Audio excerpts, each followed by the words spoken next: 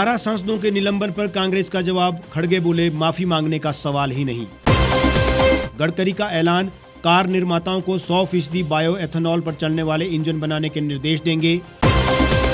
सरकार ने बताया, जम्मू कश्मीर में 3 साल में 1033 आतंकी हमले हुए। 2019 में सबसे ज्यादा 594 घटनाएं। और सर्दियों में स्ट्रोक और हार्ट अटैक रोकने के लिए 20 मिनट धूप लें, भोजन में 30% प्रोटीन और रोज 40 मिनट एक्सरसाइज करें।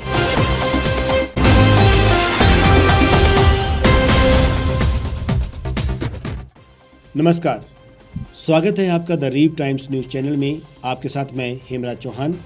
अब खबरें विस्तार से। संसद के शीतकालीन सत्र से पहले कांग्रेस के 2 सांसदों की ओर से आंदोलन के दौरान जान गंवाने वाले किसानों और महंगाई पर चर्चा के लिए स्थगन प्रस्ताव नोटिस भेजा गया है। इसके अलावा 12 सांसदों के निलंबन के खिलाफ विपक्षी दलों की बैठक 10 बजे से शुरू हुई। इस बैठक में टीएमसी शामिल नहीं हुई। शीतकालीन सत्र के दौरान 12 सांसदों के निलंबन पर कांग्रेस ने कड़ा रुख अख्तियार कर लिया है। कांग्रेस नेता और राज्यसभा में नेता प्रतिपक्ष मल्लिकार्जुन खड़गे ने अपने बयान में कहा कि सरकार विपक्ष की आवाज को दबाना चाहती है, लेकिन माफी मांगने का कोई सवाल ही नहीं उठता है। दरअसल सदन की ओर से कहा गया था कि अगर सांसद सार्वजनिक तौर पर माफी मांग लेते हैं तो उनका निलंबन वापस लेने पर विचार किया जा सकता है, लेकिन कांग्रेस इसे भी सरकार की मनमानी बता रही है। कांग्रेस की ओर से सदन में स्थगन प्रस्ताव नोटिस भेजा गया है। उन्होंने शीतकालीन सत्र में किसान आंदोलन के दौरान जान गंवाने वाले किसानों का रिकॉर्ड बनाने और उन्हें मुआवजा देने पर चर्चा के लिए स्थगन प्रस्ताव भेजा है। इसके अलावा सांसद मणिकम टैगोर की ओर से भी एक स्थगन प्रस्ताव भेजा गया है। उन्होंने आवश्यक वस्तुओं की कीमतों पर वृद्धि के कारणों और पेट्रोल, डीजल और एलपीजी की कीमतों को 2013 के स्तर पर लाने संबंधी विषय पर चर्चा के लिए स्थगन प्रस्ताव भेजा। कांग्रेस द्वारा बुलाई गई 13 विपक्षी दलों की बैठक में तृणमूल कांग्रेस शामिल नहीं है। पार्टी की ओर से अलग से बैठक बुलाई गई है, जिसमें आगामी शीतकालीन सत्र के लिए रणनीति तैयार की जाएगी।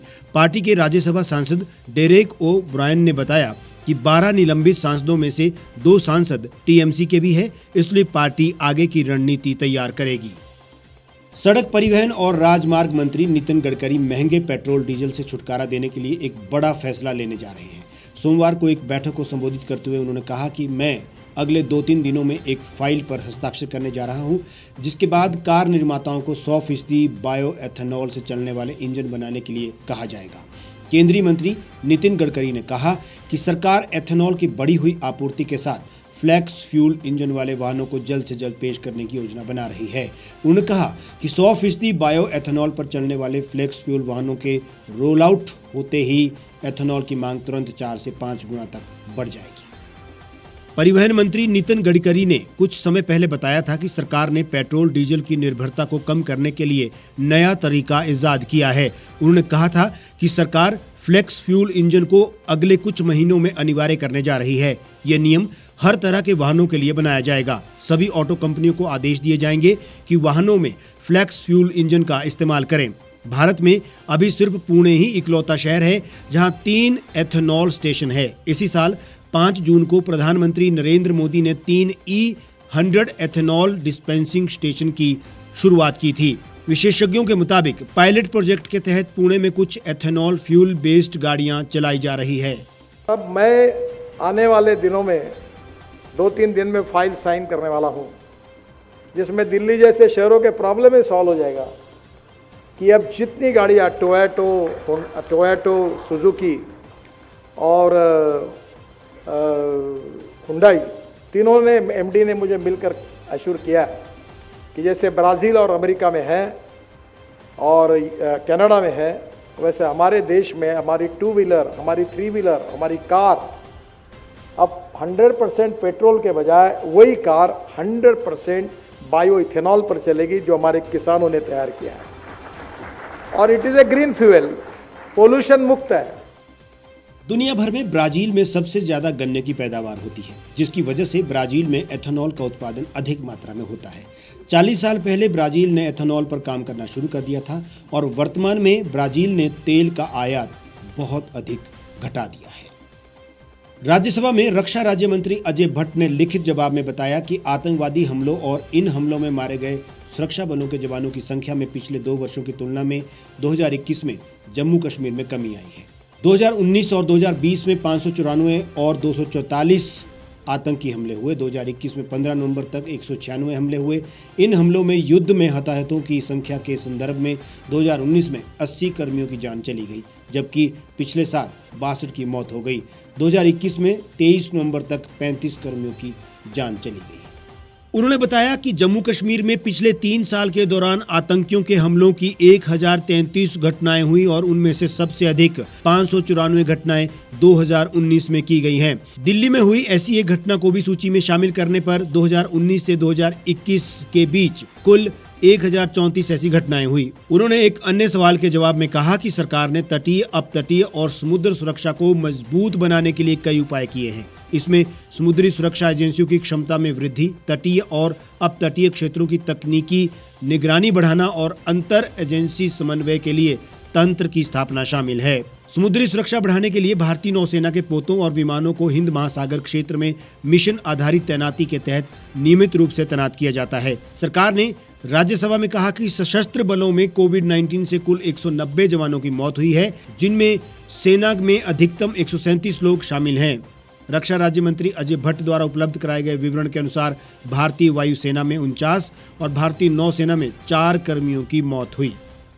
सेना में 45,576 कोरोना के मामले सामने आए, जबकि भारतीय वायुसेना में ये संख्या 14,022 थी और ये नौसेना में यही आंकड़ा 7,747 था। संसद पटल पर रखे गए ये आंकड़े बताते हैं कि किस प्रकार जम्मू कश्मीर में धारा 370 हटने के बाद आतंकी घटनाओं में कमी तो आई, मगर ये सिलसिला खत्म होने का नाम नहीं ले रहा है। और अब स्वास्थ्य से जुड़ी एक खबर आपको बताते हैं। सर्दियों का मौसम सेहत का मौसम कहा जाता है, लेकिन कई मामलों में ये शरीर को नुकसान भी पहुंचा सकता है। अधिक ठंड से दिल पर दबाव बढ़ता है, रक्त वाहिकाएं सिकुड़ जाती हैं। इससे ब्लड प्रेशर बढ़ने के साथ स्ट्रोक और हार्ट अटैक का खतरा भी बढ़ता है। यूरोपियन जर्नल ऑफ एपिडेमियोलॉजी के मुताबिक जो लोग मोटे होते हैं, धूम्रपान करते हैं या फिर हाई ब्लड प्रेशर की समस्या से पीड़ित होते हैं, उनमें स्ट्रोक और हार्ट अटैक का खतरा 30% अधिक होता है। अमेरिकी एजेंसी CDC कहती है, अगर ब्लड प्रेशर बढ़ा रहता है तो ये न केवल दिल को नुकसान पहुंचा सकता है, बल्कि इससे स्ट्रोक का खतरा भी और अधिक बढ़ जाता है। CDS के अनुसार किसी भी बैक्टीरिया या वायरस से लड़ने के लिए इम्यून सिस्टम एंटीबॉडी बनाता है। धूप से शरीर ये एंटीबॉडी अधिक मात्रा में बनाने लगता है। इसके अलावा धूप सूजन और हाई ब्लड प्रेशर को भी कम करती है। मस्तिष्क के कार्य करने की क्षमता बढ़ती है, इसलिए रोजाना सुबह की धूप में 20 मिनट जरूर बैठें।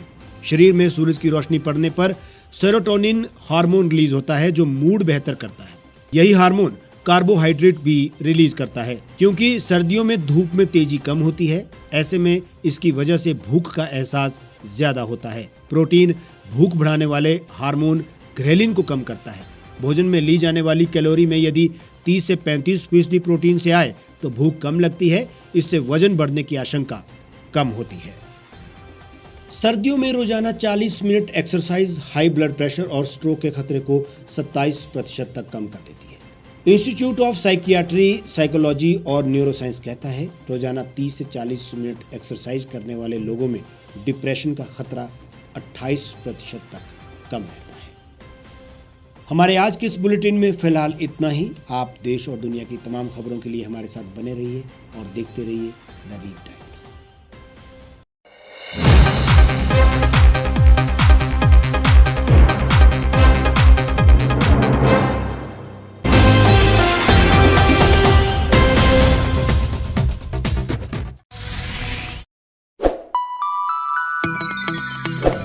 खबरों में बने रहने के लिए सब्सक्राइब करें द रीप टाइम्स, लाइक और शेयर करना ना भूलें। गांव की चौपालों से लेकर संसद के गलियारों तक, गृहिणी के चूल्हे से लेकर निवेश और बाजारों तक, किसानों के हाल से लेकर खेत और खलिहानों तक, शिक्षा और स्वास्थ्य से लेकर खेल के मैदानों तक, संसद के प्रधान से लेकर पंचायत के पंच तक, सेंट्रल हॉल से लेकर ग्राम सभा के मंच तक, हर खबर पर रहेगी हमारी पैनी नजर।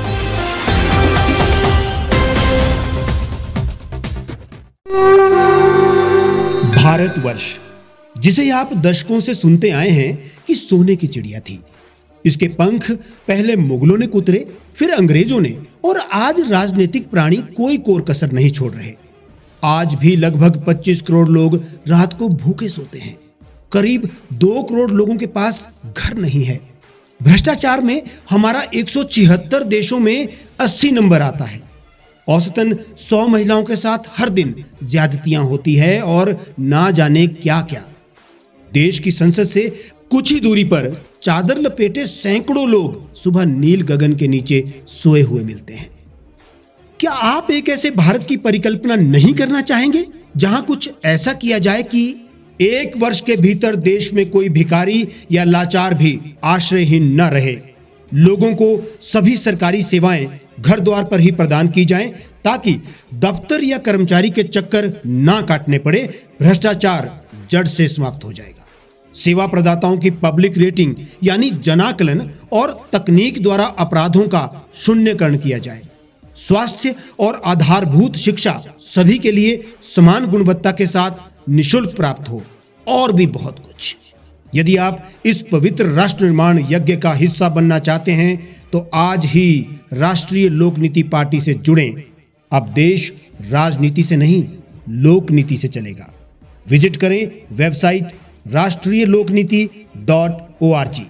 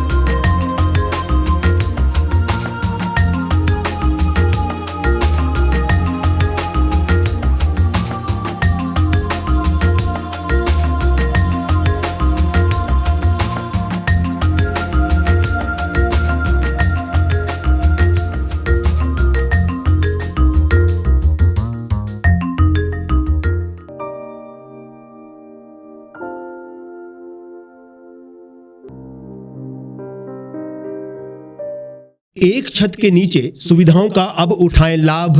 रीव ई मार्ट में अब पाएं अपनी रसोई के लिए गुणवत्ता और सस्ते दामों पर राशन सामग्री। दालें हो या हो मसाले, आपका किचन ई मार्ट संभाले। उच्च गुणवत्ता और दामों में बेहतरीन रीव ई मार्ट में पधारें और पाएं अपनी पसंद के सभी उत्पाद, या फिर करें ऑनलाइन ऑर्डर और पाएं घर द्वार पर ही सुविधा। आज ही संपर्क करें फोन नंबर 8219694079 पर, बाईपास रोड, शनान, संजौली, शिमला।